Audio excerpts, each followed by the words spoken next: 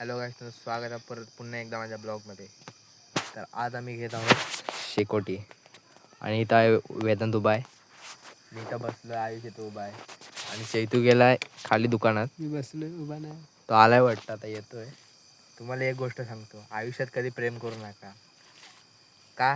कारण त्याचं उदाहरण आहे हे. एक उदाहरण म्हणजे हा भाई रिलेशनमध्ये एवढा घुसला, रिंग देताना त्याची एवढी फाटत होती ना, काय सांगू. मागणं पलायचा. ह्याच्यासोबत रिंग द्यायला आम्ही, तरी भाव बोलतो नको, इथं नको तिथं जाव, तिथं नको इथं जाव. मागणं पण शेवटीला भावानं काय केला, रिंग पण नाही दिला आणि चेन पण नाही दिला.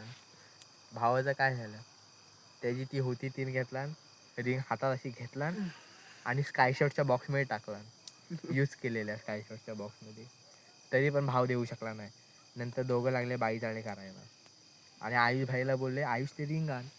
आयुष भाऊ गेला लगेच, त्याने उचलून आणली ती रिंग आणि द्याला ह्याच्याकडे. ह्यानं काय केला, परत टाकला आणि ती गेली त्या स्काय शॉटच्या बॉक्समध्ये. गोष्ट नाही सांगत आहे, ऐकतोस तो मन लावून. हागरे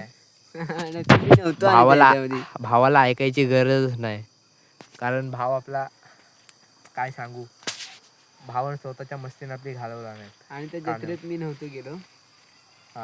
हा आला नव्हता त्याच्यात, त्यामुळं नियर होता त्याचा बेस्ट फ्रेंड, तो आलाय नाही आता खाली. आणि बालू पण नाही आलाय. तर सांगायचं एवढंच आहे, प्रेम केलं तर धोका भेटतो. धोका हवा असेल तर प्रेम करा, नाही तर याने प्रेम केलं नाही म्हणून धोका भेटलाय, म्हणून तर काळा पडलाय. उन्हातनं काळा पडलो. मस्त आहे. तर आजचं ज्ञान इथंच संपतंय.